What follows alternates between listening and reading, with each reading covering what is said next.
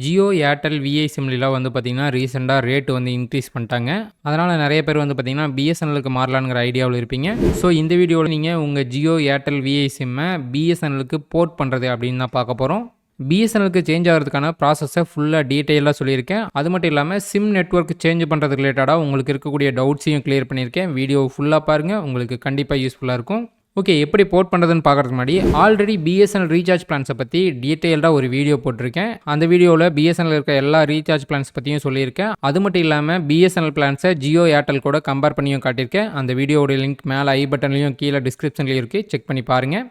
Okay, எப்படி board பண்ணுறதுன்னு பார்ப்போமா? ஃபஸ்ட்டு நீங்கள் போர்ட் பண்ணுறதுக்கு என்ன பண்ணணும்னா, நீங்கள் எந்த சிம் நெட்வொர்க் யூஸ் பண்ணாலுமே உங்களுடைய மொபைலில் மெசேஜ் பாக்ஸை ஓப்பன் பண்ணி நீங்கள் வந்து 1900ங்கிற நம்பருக்கு வந்து பார்த்தீங்கன்னா ஒரு SMS அனுப்பணும். என்ன எஸ்எம்எஸ்னால், கேப்ஸ் லாக்கில் போர்ட்டுன்னு டைப் பண்ணிக்கங்க. ஸ்மால் லெட்டரில் டைப் பண்ணாதீங்க, கேப்ஸ் லாக்கில் டைப் பண்ணிக்கங்க. போர்ட்டுன்னு கேப்ஸ் லாக்கில் டைப் பண்ணிவிட்டு ஸ்பேஸ் விட்டு உங்கள் மொபைல் நம்பரை டைப் பண்ணிக்கங்க. அதாவது எந்த நம்பரை வந்து நீங்கள் BSNL-க்கு போர்ட் பண்ண போகிறீங்களோ அந்த மொபைல் நம்பரு. அந்த மொபைல் நம்பரையும் டைப் பண்ணிவிட்டு இந்த மெசேஜை வந்து பார்த்திங்கன்னா, நீங்கள் எந்த மொபைல் நம்பரை போர்ட் பண்ண போகிறீங்களோ அதே மொபைல் நம்பர்லேருந்து சென்ட் பண்ணுங்கள். 1900ங்கிற நம்பருக்கு போர்ட் ஸ்பேஸ் உங்கள் மொபைல் நம்பர் போட்டு அந்த மெசேஜை சென்ட் பண்ணுங்கள். சென்ட் பண்ணிங்கன்னா உங்களுக்கு ஒரு SMS ரிசீவ் ஆகும். அந்த எஸ்எம்எஸில் உங்களுக்கு ஒரு கோடு ரிசீவ் ஆகும், UPC கோடு, அதாவது யூனிக் போர்ட்டிங் கோடு. இந்த கோடை வச்சு தான் நீங்கள் சிம் நெட்வொர்க்கை வந்து பார்த்திங்கன்னா சேஞ்ச் பண்ண முடியும். அந்த எஸ்எம்எஸை சேவ் பண்ணி வச்சுக்கோங்க. அடுத்து நீங்கள் என்ன பண்ணணும்னா, மற்ற சிம் நெட்வொர்க்லாம் வந்து பார்த்திங்கன்னா ஆன்லைன் போர்ட்டிங் மெத்தேடே இருக்குது. ஆனால் BSNL-ல வந்து பார்த்திங்கன்னா இப்போதைக்கு ஆன்லைன் மெத்தேட் இல்லை. நீங்கள் BSNL ஆஃபீஸ் போய் தான் வந்து பார்த்திங்கன்னா போர்ட் பண்ண முடியும். போர்ட் பண்ணுறதுக்கு என்னென்ன வேணும்னா, ஆதார் கார்டு வேணும். அதுக்கப்புறம் சிம் யார் பேரில் இருக்கோ அவங்க வந்து ஃபிங்கர் பிரிண்ட் வைக்க வேண்டியது இருக்கும். அதனால் நீங்கள் நேரில் போக வேண்டியது இருக்கும். அதுக்கப்புறம் இப்போ ஒரு SMS ரிசீவ் ஆச்சுல, அதில் ஒரு கோடு இருக்குல்ல, அந்த கோடு தேவைப்படும். இவ்வளோ தான் உங்களுக்கு தேவைப்படும். நீங்கள் BSNL ஆஃபீஸுக்கோ இல்லை BSNL ரீட்டைல் ஷாப்புக்கோ போனீங்கன்னா அங்கே வந்து பார்த்தீங்கன்னா CAF கஸ்டமர் அப்ளிகேஷன் ஃபார்ம்னு ஒன்று கொடுப்பாங்க. அந்த ஃபார்மை நீங்கள் ஃபில் பண்ணி கொடுத்துட்டு உங்களுடைய ஒரிஜினல் ஆதார் கார்டு, அதுக்கப்புறம் அந்த கோடு, அதுக்கப்புறம் உங்கள் ஃபிங்கர் பிரிண்ட் இதெல்லாம் வச்சிங்கனாவே உங்களுக்கு ஒரு நியூ சிம் கார்டு வந்து கொடுப்பாங்க. என்ன டேட்டில் வந்து உங்களுக்கு போர்ட் ஆகும்னு சொல்லியும் இன்ஃபார்ம் பண்ணுவாங்க. மினிமம் வந்து நீங்கள் 3 days வெயிட் பண்ண வேண்டியது இருக்கும். ஸோ நீங்கள் என்ன பண்ணணும்னா, ஆல்ரெடி நீங்கள் யூஸ் பண்ணிகிட்டு இருக்க சிம்மில் நெட்வொர்க்கு கட் ஆகிறதுனே அந்த சிம்மையை யூஸ் பண்ணுங்கள். நெட்வொர்க்கு கட் ஆனதுக்கப்புறம் நீங்கள் அந்த சிம்மை ரிமூவ் பண்ணிட்டு நியூவாக வாங்கின BSNL சிம்மை வந்து பார்த்தீங்கன்னா இன்செர்ட் பண்ணிக்கங்க. 3 நாளைக்குள்ளே வந்து பார்த்தீங்கன்னா உங்களுக்கு ஆக்டிவேட் ஆயிரும். இதே நீங்கள் நியூ சிம் வாங்கினீங்கன்னா ஒரு 6 hourலேயே ஆக்டிவேட் ஆயிரும். ஆனால் நீங்கள் போர்ட் பண்ணிங்கன்னா மினிமம் ஒரு 3 days வெயிட் பண்ண வேண்டியது இருக்கும். ஒருவேளை உங்களுக்கு 3 days வந்து சிம் போர்ட் ஆகலைன்னா கஸ்டமர் சர்வீஸ் நம்பர் கொடுத்துருக்காங்க, 1800-180-1503. இந்த நம்பருக்கு நீங்கள் கால் பண்ணலாம். இல்லைனா 1503 இந்த 2 நம்பரில் நீங்கள் ஏதோ ஒரு நம்பருக்கு கால் பண்ணி நீங்கள் வந்து பார்த்தீங்கன்னா கம்ப்ளைண்ட் ரிஜிஸ்டர் பண்ணலாம். அதுக்கப்புறம் போர்ட் பண்ணுறதுக்கு வந்து பார்த்தீங்கன்னா BSNL ஆஃபீஸில் இப்போதைக்கு எந்த ஃபீஸும் வாங்குறதில்ல. நீங்கள் ரீசார்ஜுக்கு மட்டும் வந்து பார்த்தீங்கன்னா அமௌண்ட் பே பண்ண வேண்டியது இருக்கும். BSNL-ல FRCன்னு சில பிளான்ஸ்லாம் மென்ஷன் பண்ணியிருப்பாங்க. ஃபஸ்ட் டைம் ரீசார்ஜ் கூப்பன்னு. அந்த பிளான்ஸில் ஏதாவது ஒரு பிளானை வந்து நீங்கள் ரீசார்ஜ் பண்ண வேண்டியது இருக்கும். அதுக்கு மட்டும் நீங்கள் அமௌண்ட் பே பண்ண வேண்டியதாக இருக்கும். ஓகே, அடுத்து போர்ட்டிங் ரிலேட்டடாக உங்களுக்கு வரக்கூடிய சில டவுட்ஸ்லாம் பார்ப்போம். போர்ட் பண்ணுறதுக்கு சிம்மில் ரீசார்ஜ் இருக்கணுமா? கண்டிப்பாக நீங்கள் ஒரு சிம் நெட்வொர்க்லேருந்து இன்னொரு சிம் நெட்வொர்க்குக்கு சேஞ்ச் ஆகிறதுக்கு வந்து பார்த்திங்கன்னா உங்கள் சிம் கார்டில் வந்து பார்த்திங்கன்னா ரீசார்ஜ் இருக்கணும். ஏன்னா நம்ம அந்த 1900ன்னு ஒரு நம்பருக்கு வந்து பார்த்திங்கன்னா SMS அனுப்புகிறோம்ல, அந்த எஸ்எம்எஸை நீங்கள் சென்ட் பண்ணி SMS ரிசீவ் ஆகிறதுக்கு வந்து பார்த்தீங்கன்னா உங்கள் மொபைலில் ரீசார்ஜ் இருந்தால் மட்டும்தான் வந்து பார்த்தீங்கன்னா உங்களால் அந்த எஸ்எம்எஸை சென்ட் பண்ண முடியும். உங்களுக்கு அந்த SMS வந்து ரிசீவ் ஆகும். ஸோ நீங்கள் யூஸ் பண்ணிகிட்டு இருக்க சிம்மில் வந்து பார்த்தீங்கன்னா கண்டிப்பாக ரீசார்ஜ் இருக்கணும். அப்போ தான் உங்களால் போர்ட் பண்ண முடியும். ஸோ உங்கள் ரீசார்ஜ் பிளான் முடியறதுக்கு ஒரு 4 to 5 daysக்கு முன்னாடி வந்து நீங்கள் போர்ட் பண்ண பாருங்கள். ஏன்னா அதுக்கு முன்னாடி போர்ட் பண்ணாலும் உங்களுக்கு அந்த ரீசார்ஜ் பிளான் வந்து பார்த்தீங்கன்னா வேஸ்ட்டு தான். ஸோ லாஸ்ட் 4-5 days இருக்கும்போது நீங்கள் வந்து பார்த்தீங்கன்னா போர்ட் பண்ணுங்கள். அந்த UPC கோடு ஒன்று வந்து நமக்கு கொடுக்குறாங்களே, அந்த கோடோடைய வேலிடிட்டியே வந்து பார்த்தீங்கன்னா 4 days தான். உங்களுக்கு அந்த கோடு ரிசீவ் ஆனதுக்கப்புறம் 4 daysக்குள்ளே வந்து பார்த்தீங்கன்னா நீங்கள் BSNL ஆஃபீஸில் போய் அந்த கோடை கொடுத்து நீங்கள் நியூ சிம் வாங்கிக்கணும். ஸோ நீங்கள் என்றைக்கு BSNL ஆஃபீஸ் போகிறீங்களோ அன்றைக்கே வந்து பார்த்தீங்கன்னா அந்த எஸ்எம்எஸை சென்ட் பண்ணிக்கோங்க.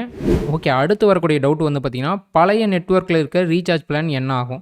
நீங்கள் இதுக்கு முன்னாடி யூஸ் பண்ணிகிட்ருக்கீங்களா நெட்வொர்க்கு, அதில் நீங்கள் ஏதாவது ரீசார்ஜ் பிளான் பண்ணியிருந்தீங்கனாலும் அந்த பிளான் வந்து பார்த்தீங்கன்னா BSNL-க்கு கன்வெர்ட்லாம் ஆகாது. அந்த பிளான் அப்படியே வேஸ்ட் ஆயிரும். ஸோ நீங்கள் அந்த பிளானை யூஸ் பண்ணி முடிச்சுட்டே வந்து பார்த்தீங்கன்னா கன்வெர்ட் ஆகுங்க.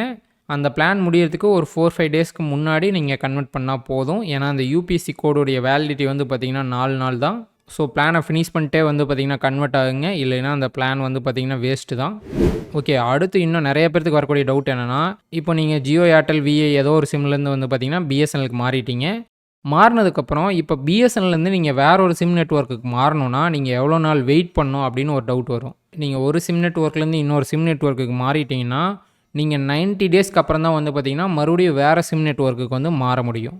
ஸோ நீங்கள் பிஎஸ்என்எலுக்கு மாறுறதுக்கு முன்னாடி உங்கள் ஏரியாவில் பிஎஸ்என்எல் டவர் ரிசீவ் ஆகுதான்னு பார்த்துக்கிங்க. அதெல்லாம் செக் பண்ணிவிட்டு அதுக்கப்புறம் மாறுங்க. ஒருவேளை நீங்கள் மாறினதுக்கப்புறம் உங்களுக்கு டவர் ரிசீவ் ஆகலைன்னா நீங்கள் 90 டேஸ்க்கு அப்புறம் தான் வந்து பார்த்தீங்கன்னா பிஎஸ்என்எல்லேருந்து வேறு நெட்வொர்க்குக்கு வந்து சேஞ்ச் ஆக முடியும். ஓகே, அதுக்கப்புறம் போர்ட் ஆகிறதுக்கு எவ்வளோ டைம் எடுத்துக்கும்? போர்ட் ஆகிறதுக்கு வந்து பார்த்தீங்கன்னா உங்களுக்கு மினிமம் 3 டேஸ் எடுத்துக்கும். இதே நீங்கள் ஒரு புது சிம் வாங்கினீங்கன்னா உங்களுக்கு 6 ஹவர்ஸில் ஆக்டிவேட் ஆகிரும். ஆனால் போர்ட் பண்ணுறதுக்கு வந்து பார்த்தீங்கன்னா மினிமம் உங்களுக்கு 3 டேஸ் ஆகும். நீங்கள் 3 டேஸ் வெயிட் பண்ணணும். ஓகே, அதுக்கப்புறம் வந்து பார்த்தீங்கன்னா சிம் நேம் சேஞ்ச் பண்ண முடியுமா? உங்கள் சிம் வந்து பார்த்தீங்கன்னா உங்கள் ஃப்ரெண்டு பேர்லையோ இல்லை உங்கள் அப்பா பேர்லையோ அம்மா பேர்லையோ இருக்குன்னா உங்கள் நேமுக்கு நீங்கள் சேஞ்ச் பண்ணணுன்னா நீங்கள் போர்ட் பண்ணும்போது மட்டும்தான் பண்ண முடியும். ஸோ உங்கள் சிம் நேமை வந்து சேஞ்ச் பண்ணணும்னு ஐடியாவில் இருந்தீங்கன்னா நீங்கள் போர்ட் பண்ணும்போது வந்து பார்த்தீங்கன்னா உங்களுடைய ஐடி ப்ரூஃப்லாம் கொடுத்து நீங்கள் போர்ட் பண்ணிக்கலாம். இதுக்கு முன்னாடி யார் பேரில் இருந்ததோ அவங்களுடைய ஐடி ப்ரூஃபும் உங்களுக்கு தேவைப்படும். ஸோ உங்களுக்கு நேம் சேஞ்ச் பண்ணுற ஐடியா இருந்ததுன்னா நீங்கள் போர்ட் பண்ணும்போது வந்து பார்த்தீங்கன்னா சேஞ்ச் பண்ணிக்கலாம். ஓகே, போர்ட் ரிலேட்டடாக உங்களுக்கு வேறு ஏதாவது டவுட் இருந்ததுன்னா கமெண்ட் செக்ஷனில் கமெண்ட் பண்ணுங்கள், நான் ரிப்ளை பண்ணுறேன். ஓகே, அடுத்து பிஎஸ்என்எலுடைய ரீசார்ஜ் பிளான்ஸை ஏர்டெல் ஜியோ கூட கம்பேர் பண்ணி காட்டுறேன். அன்லிமிட்டெட் கால்ஸோட 336 நாள் வேலிடிட்டி இருக்கிற மாதிரி பிளான் வந்து பார்த்தீங்கன்னா பிஎஸ்என்எல்ல 1499 தான். ஆனால் ஜியோவில் வந்து பார்த்தீங்கன்னா 1899. கிட்டத்தட்ட நீங்கள் பிஎஸ்என்எல் யூஸ் பண்ணிங்கன்னா உங்களுக்கு 400 ரூபா சேவ் ஆகும். கால்ஸ் ஒன்லி பர்பஸ்க்காக மட்டும் ரீசார்ஜ் பண்ணிட்டு இருக்கீங்களா, தாராளமாக பிஎஸ்என்எலுக்கு மாறிக்கலாம். உங்களுக்கு அமௌண்ட் வந்து பார்த்தீங்கன்னா சேவ் ஆகும். ஓகே, அடுத்து டெய்லி டேட்டா லிமிட் 1 ஜிபியும் 28 நாள் வேலிடிட்டி இருக்கக்கூடிய பிளான்ஸை பிஎஸ்என்எல் ஜியோ ஏர்டெல் 3லேயும் கம்பேர் பண்ணி பார்ப்போம். இந்த பிளான் வந்து பார்த்தீங்கன்னா பிஎஸ்என்எல்ல 184 தான், ஜியோவில் வந்து பார்த்தீங்கன்னா 249, ஏர்டெல்லில் வந்து பார்த்தீங்கன்னா 299. ஸோ ப்ரைஸ் வைஸாக பார்த்தீங்கன்னா பிஎஸ்என்எல் தான் பெஸ்ட்டு. ஆனால் அந்த 1 ஜிபி டேட்டா இருக்குல்ல, அது வந்து உங்களுக்கு பிஎஸ்என்எல்ல 3G ஸ்பீடில் தான் ஒர்க் ஆகும். ஆனால் ஜியோ ஏர்டெல்லில் வந்து பார்த்தீங்கன்னா 4G ஸ்பீடில் ஒர்க் ஆகும்.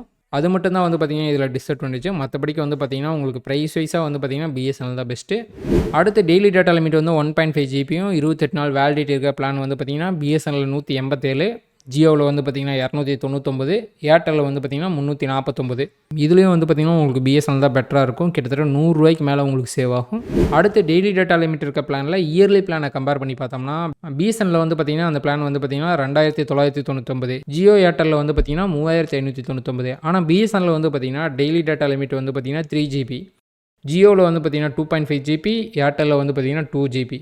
ஆனால் இதில் பிஎஸ்என்எல்ல என்ன ஒரு ட்ராபேக்னா இதில் வந்து பார்த்தீங்கன்னா 3G ஸ்பீடில் தான் ஒர்க் ஆகும். ஆனால் ஜியோ அண்ட் ஏர்டெல்லில் வந்து பார்த்தீங்கன்னா டெய்லி டேட்டா லிமிட் வந்து பார்த்தீங்கன்னா 4G ஸ்பீடில் ஒர்க் ஆகும். அது இல்லாமல் எக்ஸ்ட்ரா வந்து பார்த்தீங்கன்னா 5G அன்லிமிட்டெட் டேட்டாவும் நீங்கள் யூஸ் பண்ணிக்க முடியும். ஸோ 5G யூஸ் பண்ணுறவங்களுக்கு வந்து பார்த்தீங்கன்னா ஜியோ ஏர்டெல் தான் வந்து பார்த்தீங்கன்னா பெஸ்ட்டு. மணி சேவ் பண்ணணும், டேட்டா ஸ்பீடு வந்து கொஞ்சம் கம்மியாக இருந்தாலும் பரவாயில்லன்னு நினைக்கிறவங்களுக்கு வந்து பார்த்தீங்கன்னா பிஎஸ்என்எல் தான் பெஸ்ட்டு. ஓகே, இந்த வீடியோவில் ஜியோ ஏர்டெல் விஐ சிம்லேருந்து பிஎஸ்என்எலுக்கு எப்படி போர்ட் ஆகுதுன்னு தெரிஞ்சிருப்பீங்க. அது மட்டும் இல்லாமல் போர்ட் ரிலேட்டடாக உங்களுக்கு இருக்கக்கூடிய டவுட்ஸும் கிளியராக இருக்குன்னு நினைக்கிறேன். ஓகே, இந்த வீடியோ யூஸ்ஃபுல்லாக இருந்துச்சுன்னா லைக் பண்ணுங்கள், ஷேர் பண்ணுங்கள், மறக்காமல் டெக் தமிழ் சேனலுக்கு சப்ஸ்கிரைப் பண்ணிடுங்க. ஓகே, நெக்ஸ்ட் ஒரு வீடியோ சந்திப்போம். By guys.